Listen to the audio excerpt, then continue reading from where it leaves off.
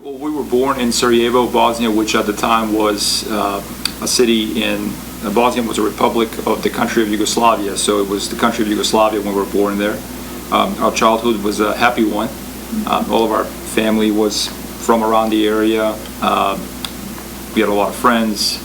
We would take family vacations. In many ways, it was a similar upbringing to what most people have here. Yeah.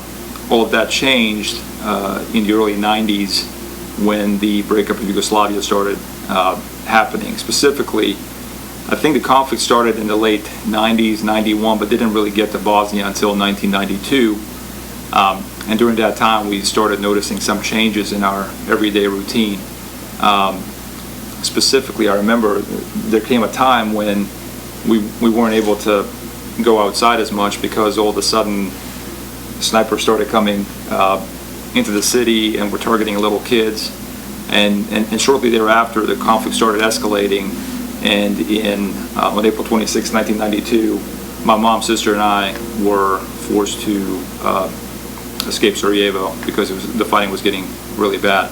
Our dad, Goran and Nina Musinovic, could not come with us because they only allowed women and children to evacuate from the country. So I remember initially nobody even realized how big of a conflict it was going to be. Yeah. When we were leaving Sarajevo on April 26th, 1992, my dad told us this is just for a few days until the conflict stops. Little did we know that we probably would not be back in Sarajevo for the next 10 years. And the next 3 years we would spend in Serbia.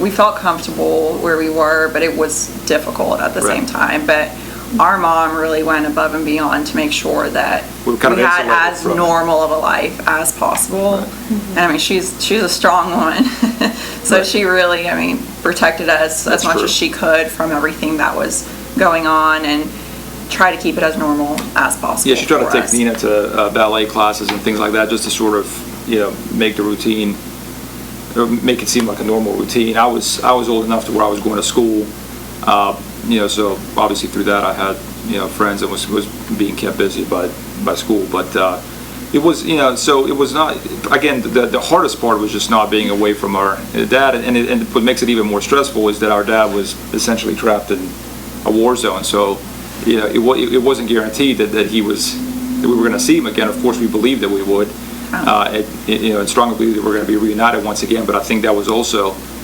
what complicated matters. It wasn't just that we couldn't see him for 3 years. It's just that he was in essentially a war zone for 3 years, and you never know what can happen when that,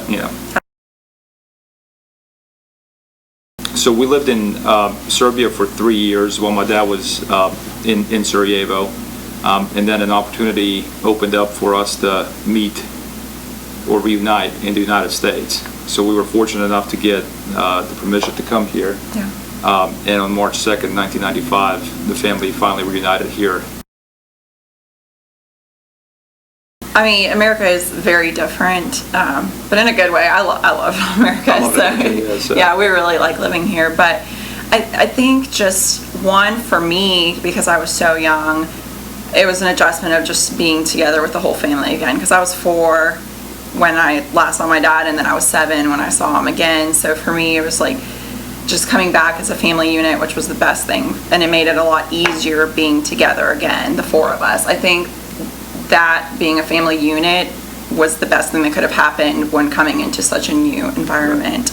So, my dad came a few months before we came to America. Yeah, to get like an apartment. To get an apartment and to start working. And when he came over here, I remember we came in March, but he went ahead and kept up, the Christmas tree and got awesome, me a Barbie house and got Goran, I think, G.I. Joe's. I think it was. And he kept it up. So that night when we came home to our apartment, the first night in America, he had that waiting for us. So it was kind of like celebrating being back together again. But I mean, it was an adjustment. I think English. Also with the language too. Yeah. Because we didn't really speak the language when we first came there, so that kind of made it difficult. I mean, you almost don't realize how much of an obstacle that can be until you're put in that situation. I remember, I think it was my first day of school, and I didn't know what the homework assignment was, because I didn't really understand what was going on. So that was a little bit stressful. So I think we were all focused on, learning the language as quickly as we could. And then even just sort of the geographic layout of the cities was very different for us. We used to walk everywhere. You walk everywhere. So when we got here, it was like the concept of driving everywhere was very unique in itself. And in many ways, all of us, I think, consider ourselves lucky, because when you look at the situation that we found ourselves in, which is whenever there's a war in your country, I mean, your entire way of life it just disappears, And so we were fortunate enough to have had the opportunity to come here in the first place. We're fortunate enough to have the opportunity for our parents to get great jobs, for us to go to school.